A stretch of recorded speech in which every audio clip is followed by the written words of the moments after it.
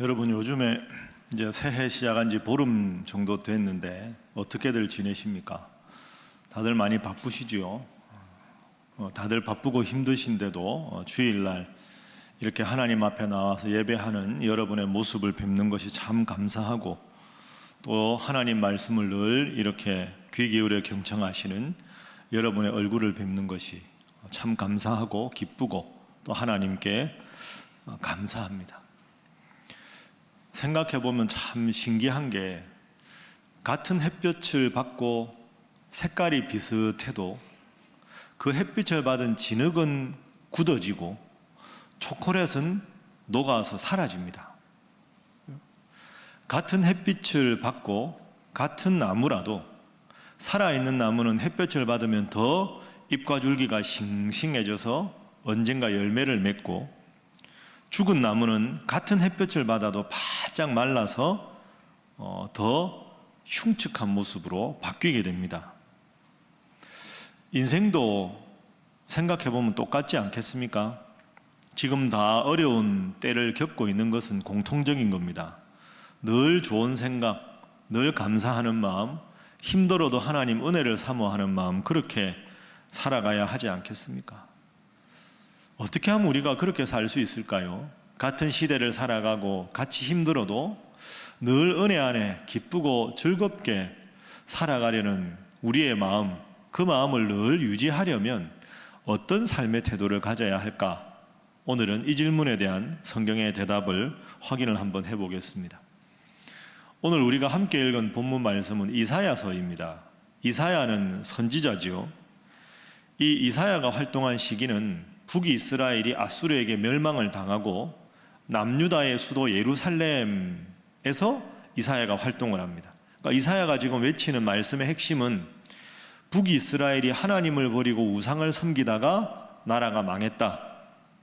우리 남유다도 하나님을 잘 섬겨야지, 하나님 버리고 우상 숭배하고 온갖 죄를 지으면 남유다, 우리나라도 망할 것이다.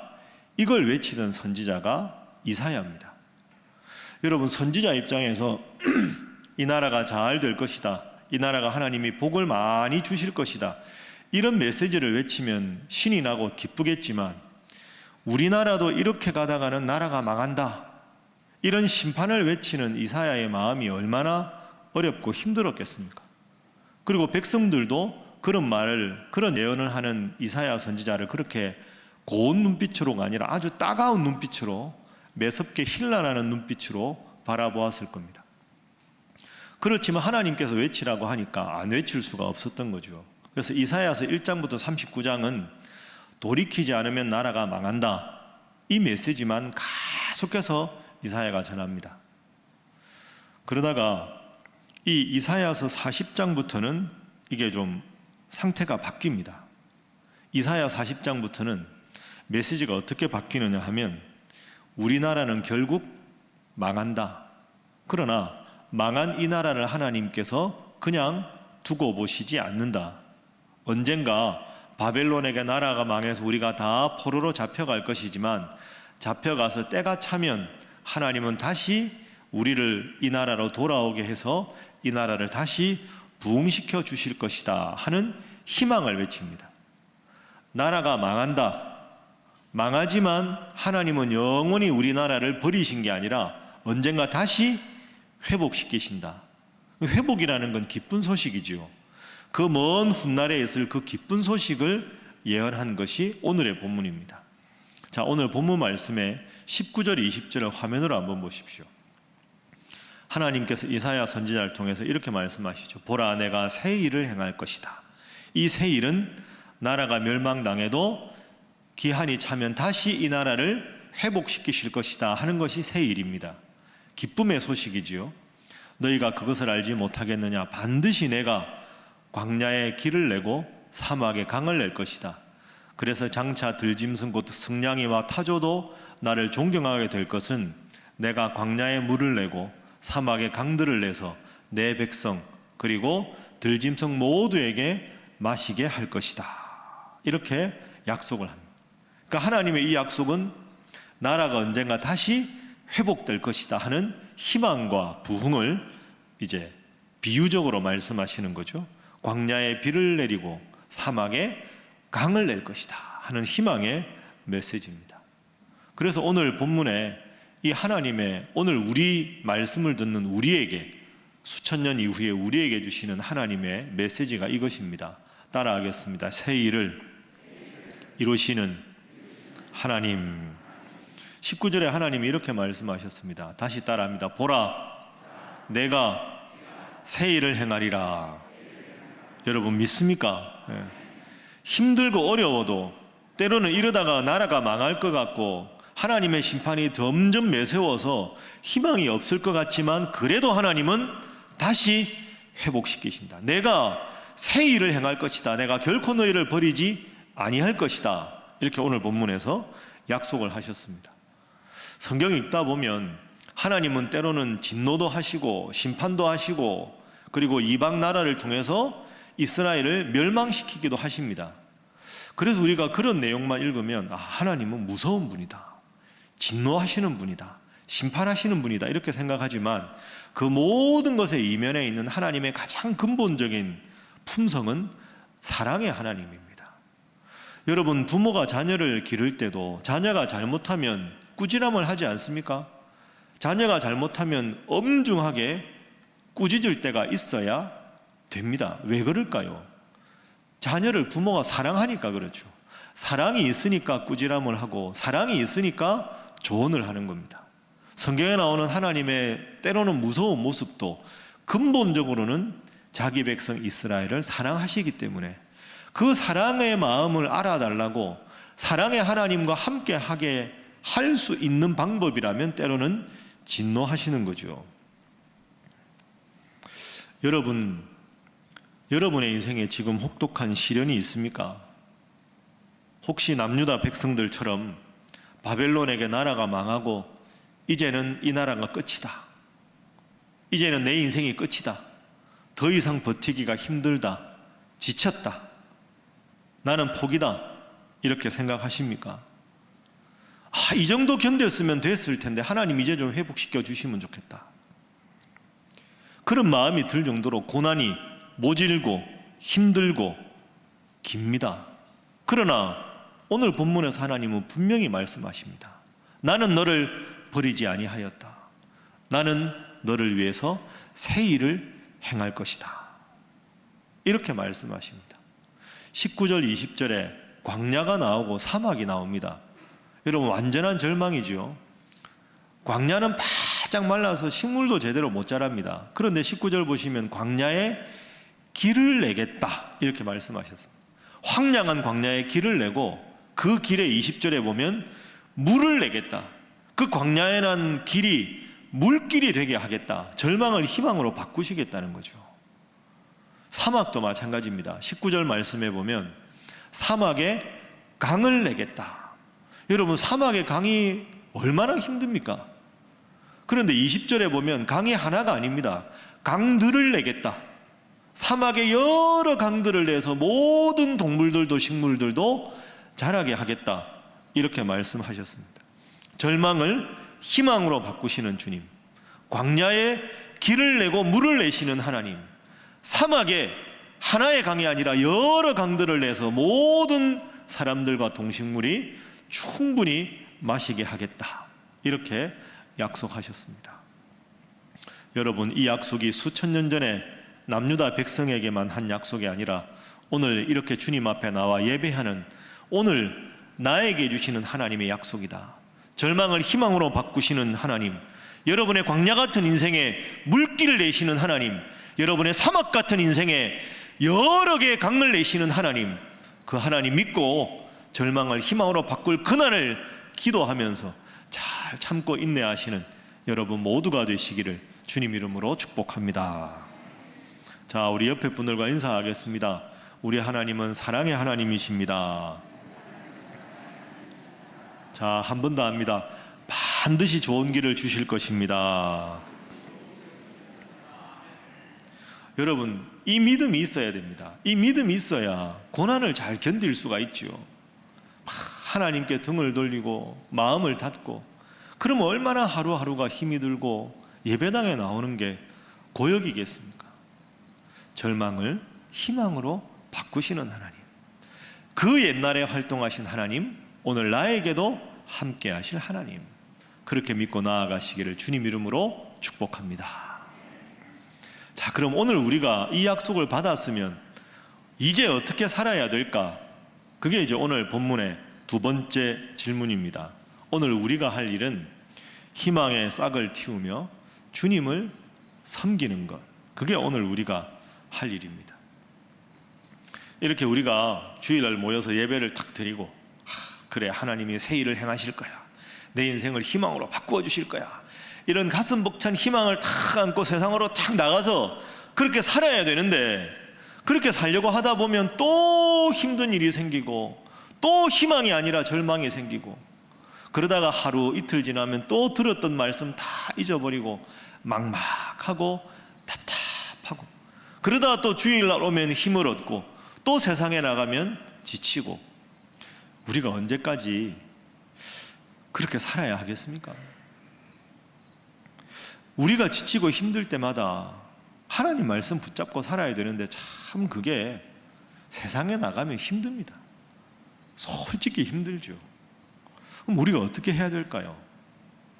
제가 이번 주에 이 설교 준비하면서 주일날 이렇게 성도들이 바쁜 중에 하나님 앞에 나와 예배를 드리고 돌아가면 말씀 붙잡고 살아야 되는데, 참 그게 쉽지 않은데 어떻게 말씀으로 권면할까? 그러면서 이제 이 책도 읽고 저 책도 읽고 기도하다가 한 아주 멋진 글귀를 발견했습니다. 여러분도 이번 주에는 이 글귀를 한번 꼭 기억해 보십시오. 하나님은 우리가 구하는 것을 다 주시되 늘 씨앗으로 주신다 하는 겁니다. 여러분 어떻게 생각하십니까? 이게 멋진 문장입니다. 따라해 보시죠. 하나님은 씨앗으로 주신다. 다시 합니다. 씨앗으로 주신다. 하나님은 우리가 기도하는 거 다 들어주시고 절망을 희망으로 바꾸어 주시는데 열매를 바로 주시지 않는다는 거죠. 오늘 예배 끝나고 탁 나가면 모든 게 다 변해 있는 상황이 안 생긴다는 겁니다. 하나님은 우리에게 구하는 것을 다 들어주신다. 왜? 사랑의 하나님이니까. 그런데 그 사랑의 하나님은 그 기도의 응답을 열매가 아니라 씨앗으로 주신다 하는 겁니다. 여러분 어떻습니까? 씨앗은 생명이 있습니다.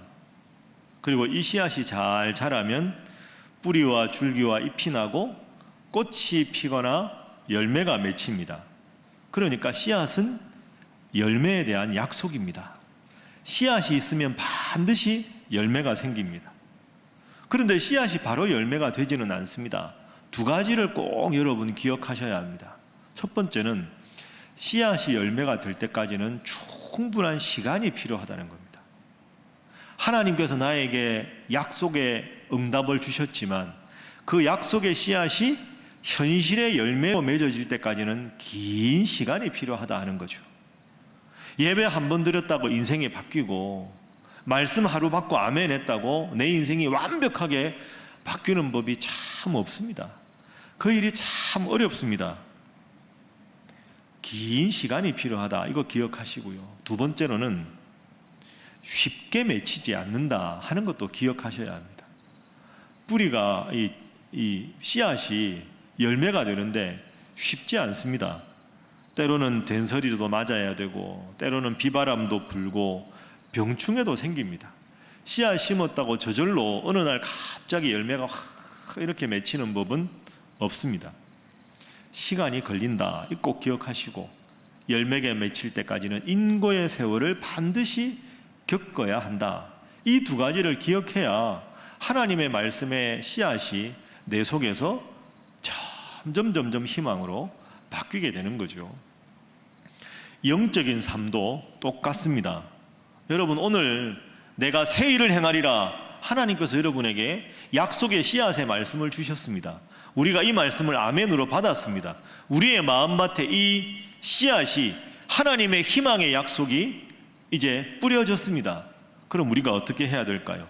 여기에다가 기도의 물을 주고 예배의 걸음을 주고 회개를 통해서 씨앗이 자라는 것을 방해하는 영적인 잡초들을 다 제거하고, 그런 노력이 계속 쌓여갈 때 비로소 신앙의 열매를 맺게 되는 것이지요. 오늘 하나님께서 보라 내가 새 일을 행하리라, 이것은 희망의 씨앗을 주신 겁니다. 이제 우리가 할 일은 이 희망의 씨앗을 나에게 주신 하나님의 응답이다 하고 마음에 품고 광야의 길이 날 때까지, 사막에 강들이 넘쳐날 때까지, 주변이 그래서 다 옥토로 바뀔 때까지 부지런히 기도에 물을 주고 말씀에 양분을 주고 회개를 통해서 잡초를 다 제거하는 이런 처절한 간절한 노력이 있을 때 절망이 희망으로 바뀐다 하는 거죠. 여러분, 그래서 힘이 듭니다. 갑자기 상황이 바뀌지 않거든요. 힘이 들어도 우리 눈앞에 때로 주님이 안 보인다고 해도, 하나님께서 나와 함께 하시는데 왜 이런 일이, 더 어려운 일이 생기나 하더라도 꼭 기억하십시오. 씨앗은 열매에 대한 약속이다. 하나님은 나에게 이미 약속을 주셨다. 그래서 이 희망을 품고 살아가지만 남유다 백성들도 힘들어했습니다. 자꾸 지쳐합니다. 그랬을 때 이사야서 49장에 하나님께서는 이사야를 통해 새로운 약속을 주셨습니다. 이사야 49장 15절 16절, 여러분도 꼭 기억하십시오. 여인이 어찌 그 젖먹는 자식을 잊겠으며, 그렇죠? 엄마가 어떻게 자기 체에서 난 아들을 긍휼히 여기지 않겠느냐?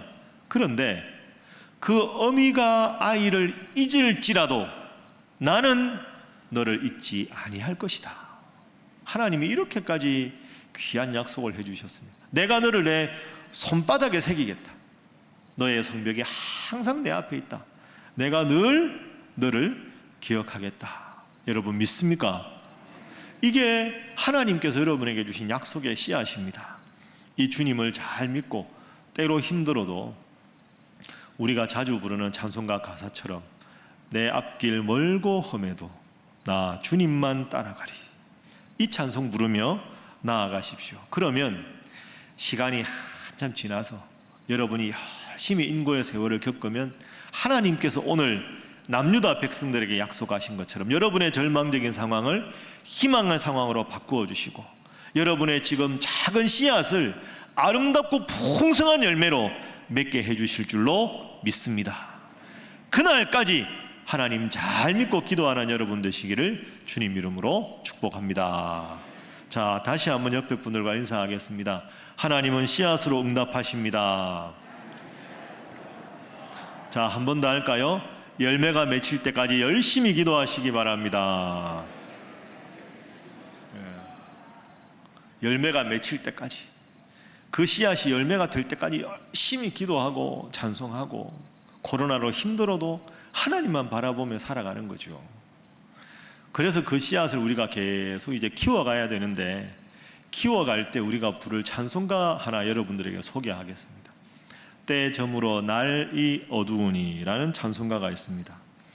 자, 오늘 본문 21절에도 찬송이라는 단어가 나오지요. 자, 21절 우리 함께 다 같이 읽어보겠습니다. 시작. 이 백성은 내가 나를 위하여 지었나니 나를 찬송하게 하려 함이니라. 아멘. 하나님이 우리를 뭐하게 지으셨다고요? 찬송하게. 너는 나를 찬송하라. 찬송하는 존재로 우리를 지으셨다 하는 겁니다. 찬송하는 게 참 쉽지가 않습니다, 여러분. 그런데 제가 이제 올해를 준비하는 지난 연말부터 하나님께서는 계속 저에게 말씀 준비할 때마다 예배에 대한 말씀을 준비하게 하셨습니다. 여러분 기억하시지요? 송구영신 예배 때 우리가 가나안에 대한 말씀을 들었습니다. 우리의 인생이 젖과 꿀이 흐르는 복된 삶이 되기 위해서는 우리가 하나님을 바라는 그런 믿음이 있을 때 우리의 황무지 같은 삶이 젖과 꿀이 흐르는 영적인 가나안의 삶을 살아갈 수 있다, 이 말씀을 주셨고, 그리고 신년 특별 새벽 기도에는 우리가 어떤 예배자가 되어야 되는가 한 주간 동안 묵상을 했습니다. 그리고 지난주에는 우리가 하나님께 드리는 우리의 삶을 하나님께 바친다 하는 의미를 가진 봉헌, 헌금에 대해서 우리가 살펴보았습니다. 오늘은 찬송이 오늘 21절의 주제입니다. 제가 지금 여러분들 앞에 이렇게 설교를 하고 있지만 때로는 이 설교가 아니라 참 은혜로운 찬송가 한 장이 마음을 참 따뜻하게 하고 위로가 되고 힘이 되고 기쁨이 되는 그런 경험 아마 여러분들도 많이 가지셨을 겁니다. 제가 사실 이번 주에 그랬거든요. 저는 여러분 아시는 대로 모태신앙입니다. 그리고 4살 때부터 매일 가정예배를 드렸기 때문에 저는 가정예배 드릴 때마다 찬송가 1장부터 매일 한 장씩 불러서 거의 모든 찬송가를 어릴 적부터 많이 불러서 꽤 많이 안다고 생각을 했습니다.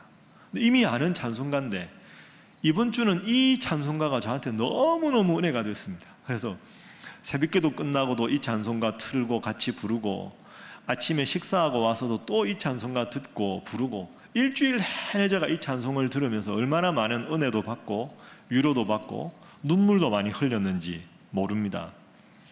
이 곡이 어떤 곡인가 궁금하시지요? 제가 이 곡을 소개하겠습니다. 이 곡은 여러분 영화 보셨을 텐데 화면 보십시오. 1912년 그 타이타닉호가 침몰했을 때 연주가 되던 곡들 중에 한 곡입니다.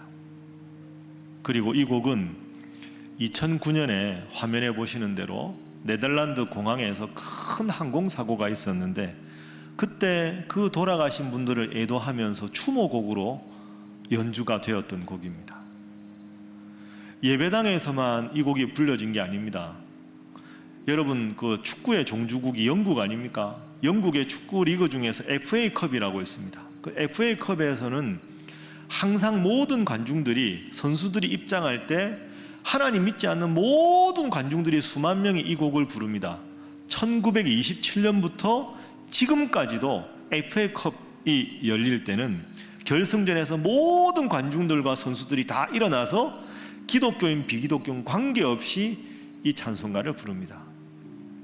2012년 영국 런던 올림픽 개회식에서 온 세계 사람들이 보는 가운데 이 찬송가가 다 멋지게 울려 퍼집니다. 궁금하시죠? 근데 이 찬송가가 하나 더 기억할 건요. 인도의 식민지가 영국의 식민지가 인도였잖아요. 인도는 세계에서 가장 대표적인 힌두교 나라 아닙니까? 그 힌두교 나라인 인도의 국경일 중에 공화국의 날이라고 있습니다. 힌두교 국가인 인도의 국경일에 이 곡을 연주합니다. 인도 사람들이 함께 부르면서. 그래서 인도 국방부에서 2년 전에 2020년에 이건 우리를 식민지로 지배했던 영국의 찬송가라 불러서는 안 된다, 그렇게 발표를 했는데 힌두교인 국민들이 안 된다, 이 곡은 우리가 계속 불러야 된다 하고 이 찬송가를 계속 불렀다는 거죠. 이 찬송가가 가장 인도 사람들이 존경하는 마하트마 간디가 영국 유학 갔을 때 가장 즐겁게 은혜 받으면서 불렀던 곡이 이 곡이라고 합니다. 여러분 궁금하시죠? 힌두교 국가인 인도에서조차 국경일에 부르는 찬송가가 있습니다. 이 찬송가는 바로 지금 반주가 나오는 우리 찬송가 481장 때 저물어 날 어두우니 Abide with me, 주여 나와 함께 하소서라는 제목의 곡입니다. 이 참 아름다운 곡인데요, 이 곡을 작사하신 분과 작곡하신 분을 여러분에게 소개하겠습니다. 이 노래 작사가는 당시 유명한 신부이자 그리고 성공의 신부이자 시인이었던 헨리 라이트라는 분이었습니다. 성공의 신부님들은 결혼을 할 수 있거든요. 이분이 열심히 목회 활동을 하다가 참 존경받는 선배 신부님이 있었는데 그 신부님이 지금 큰 병에 걸렸다는 소식을 듣고 위문을 갑니다. 가서 이제 위문을 하고 선배 신부님과 이야기를 하고 있는데 그 선배 신부님이 자기 목회 여정을 쭉 이야기하면서 너무너무 힘들어 지쳐가면서 주여 나와 함께 하소서, Abide with me, Abide with me, 이 문장을 계속 되뇌는 겁니다. 그리고 결국 안타깝게도 그 신부님 얼마 후에 돌아가셨습니다. 그 슬픈 소식을 접하고는 이 헨리 라이트 신부님이 주여 나와 함께 하소서, 이걸 늘 기억하면서 어느 날 시를 한 편 쓰게 됩니다. 그런데 이 시를 쓰는 그 즈음에 이 라이트 신부님도 큰 병에 걸립니다. 그래서 이분이 이 시를 쓰고 얼마 안 있다가 이제 요양을 떠나면서 자기 딸에게 이 시를 줍니다. 내가 쓴 시인데 딸이 좀 간직하면 좋겠다. 그리고 얼마 안 있다가 돌아가십니다. 그러니까 이 시가 헨리 라이트 신부님의 유작이 된 거죠. 그 딸이 그걸 잘 간직하고 있다가 이제 저분을 만나는 가운데 윌리엄 헨리 뭉크라는 분이 있습니다. 이게 아주 유명한 이분이 작곡가인데 이분한테 아버지의 그 유작시 Abide with me라는 시를 보내드리면서 저희 아버지가 이 시를 쓰셨는데 이 시에 아름다운 곡조를 좀 붙여주십시오 하고 뭉크에게 작곡을 의뢰합니다. 그런데 이분이 아주 유명한 작곡가였는데 참 이분도 운명이 얄궂죠.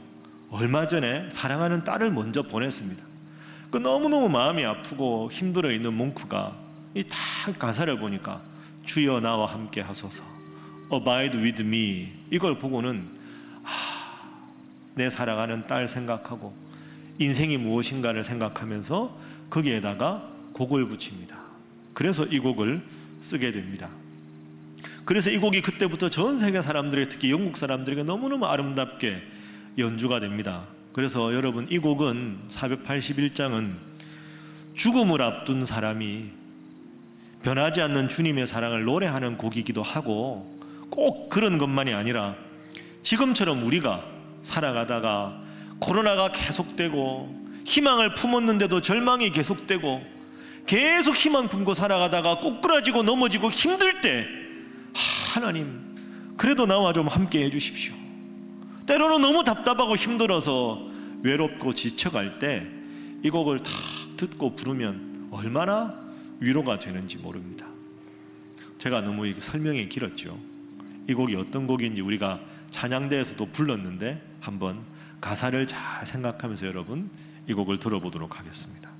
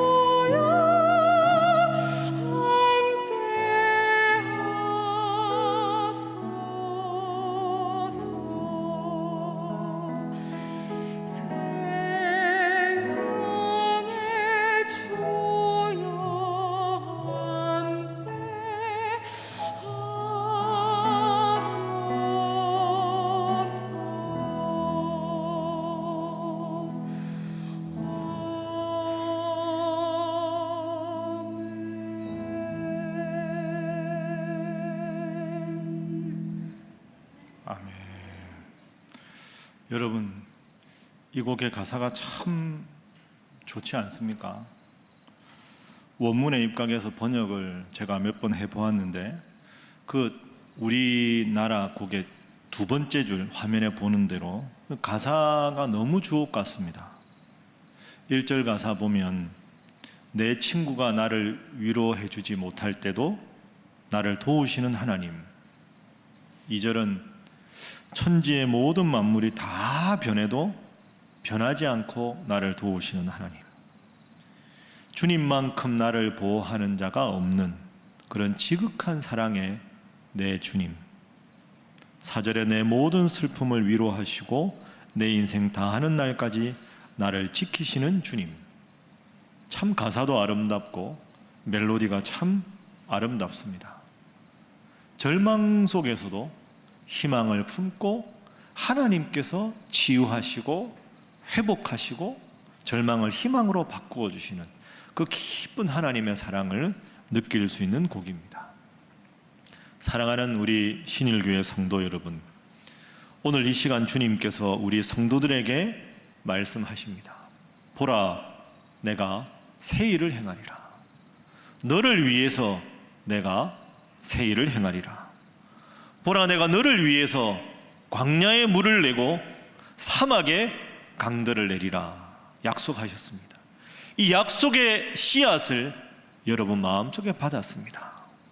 긴 기간이 걸릴지 모릅니다. 때로 힘들고 어려울지 모릅니다. 그러나 씨앗은 반드시 열매로 맺어지는 생명의 약속입니다. 하나님 잘 믿고 하나님 앞에서 기도하고 말씀하고 말씀대로 살아가는 여러분 되셔서 아름답고 복된 꽃과 열매를 주님 통해서 경험하시는 여러분 되시기를 주님 이름으로 축복합니다. 기도하겠습니다. 사랑의 하나님, 오늘도 이 거친 세상 속에서 주님을 사랑하는 우리 이 멋진 신일의 성도들이 하나님 앞에 예배를 드립니다. 보라, 내가 너를 위해 새 일을 행하리라. 이 귀한 약속의 말씀을 오늘 우리 신일의 성도들이 하나님께서 나에게 주신 약속으로 받습니다. 씨앗과 같은 말씀, 예배와 기도와 찬송으로 잘 키워서 아름다운 꽃을 피우고 많은 열매 맺는 우리 성도들이 되게 하여 주옵소서. 그 누구도 나를 위로해 주지 못하는 막다른 순간에도 내 모든 슬픔을 위로하시는 주님, 내 인생의 때가 저물어 황혼이 질 때까지 늘 주님만 바라보며 주님만 의지하며 살게 하여 주옵소서. 주님, 주님만을 사랑합니다. 예수님의 이름으로 기도하옵나이다. 아멘.